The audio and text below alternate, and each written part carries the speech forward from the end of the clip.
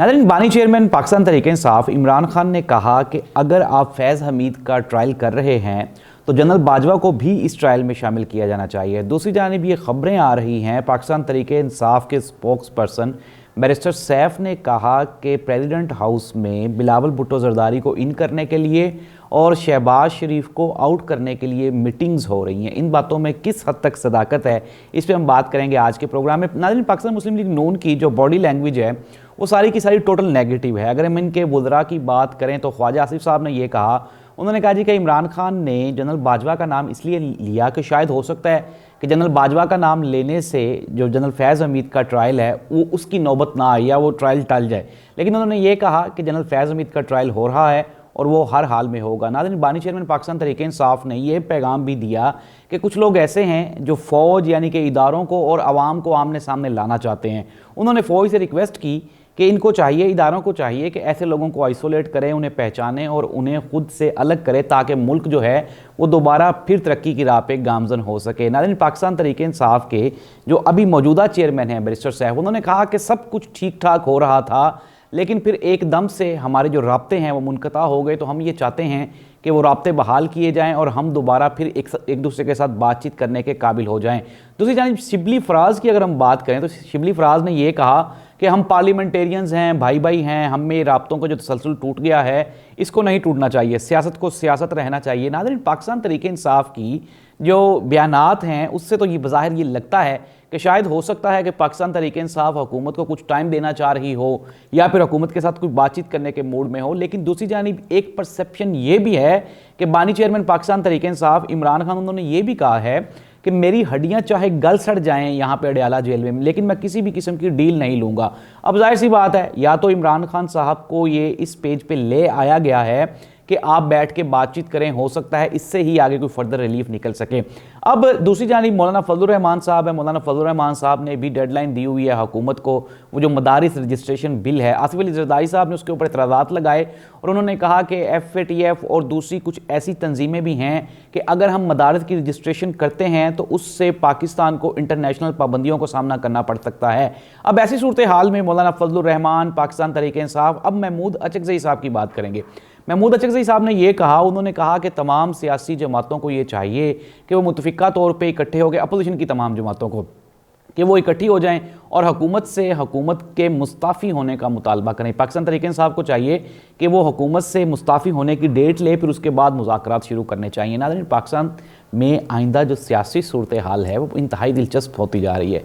Pakistan peoples party undoubtedly ये कोशिश कर रही है कि as soon as possible Bilawal Bhutto Zardari साहब को वज़ारत उज़्मा की कुर्सी पे बिठाया जाए और उनको वज़ारत उज़्मा की शेरवानी पहनाई जाए। लेकिन साथ ही साथ जाहिर सी बात है, मैंने आपको बताया भी था कि मियाँ मोहम्मद शहबाज शरीफ साहब जब सानहा डी चौक हुआ तो ये कहा जा रहा है, अंदर की खबरें हैं कि मियाँ शहबाज शरीफ साहब ने इस्टेब्लिशमेंट को इस्तीफ़े की ऑफ़र भी की थी।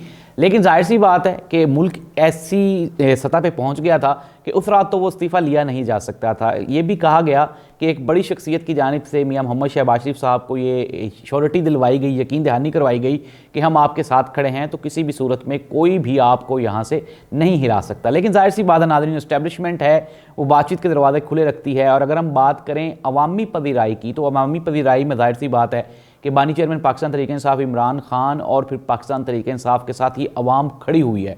और एक तरफ तो पाकिस्तान तहरीक-ए-इंसाफ ने फ़ौजी मसनूआत के बॉयकॉट का ऐलान किया, फिर सिविल नाफरमानी की तहरीक का आगाज़ भी उन्होंने कहा कि हम लोग करेंगे। और इमरान खान ने यह कहा कि मैं ओवरसीज़ पाकिस्तानियों से कहूँगा कि वो इंटरनेशनल रेमिटेंसेस को रोक लें। अगर फॉर एग्ज़ाम्पल इस तरह के कोई वाक़यात होते हैं तो इसका फ़ायदा पाकिस्तान को तो नहीं हो सकता, ना ही पाकिस्तान की कौम को हो सकता। हाँ, अलबत्ता पोलिटिकली आप स्कोर कर सकते हैं।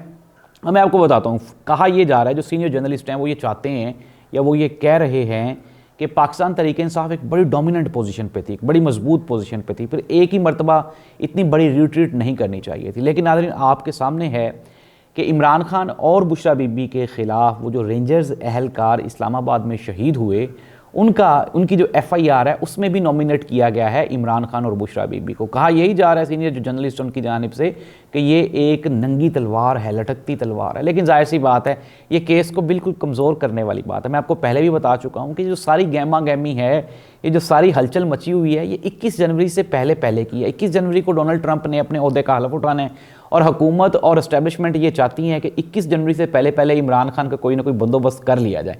लेकिन जाहिर सी बात है इस चीज़ का इमरान खान को भी इल्म, और इमरान खान आप ये देखें कि जो बंदा 2 साल से जेल में है लेकिन उस तक रसाई भी नहीं है, अखबारात भी चंद मखसूस मिलती हैं इमरान खान को, फिर उसके बाद टेलीविज़न तक भी सिर्फ और सिर्फ PTV, वो कहते हैं मैं PTV देखता हूँ। जब एक सहाफ़ी ने सवाल किया तो सहाफ़ी ने कहा डीचो के बारे में, उन्होंने कहा जी मुझे तो 3 दिन के बाद पता चला, क्योंकि PTV पे तो कोई और प्रोग्राम चल रहे थे, वो डीचो का कोई जिक्र ही नहीं था। तो इस तरह से अगर इमरान खान की हम इन्फॉर्मेशन की बात करें तो इमरान खान इन्फॉर्म्ड तो हैं, वो हर चीज़ से इन्फॉर्म्ड है, और यही वजह है कि इमरान खान हर चीज़ पे सहाफ़ियों को आगाह भी करते हैं। अब जाहिर सी बात है 2 चीज़ें हैं, इमरान खान तो आगाह हैं, इमरान खान तो इन्फॉर्मेशन जाती भी हैं, लेकिन आवाम तक जो इमरान खान का मैसेज आ रहा है वो दूसरे या तीसरे सोर्स से आता है। या तो वो अलीमा खान बताती हैं या पार्टी का कोई रिप्रेजेंटेटिव बताता है।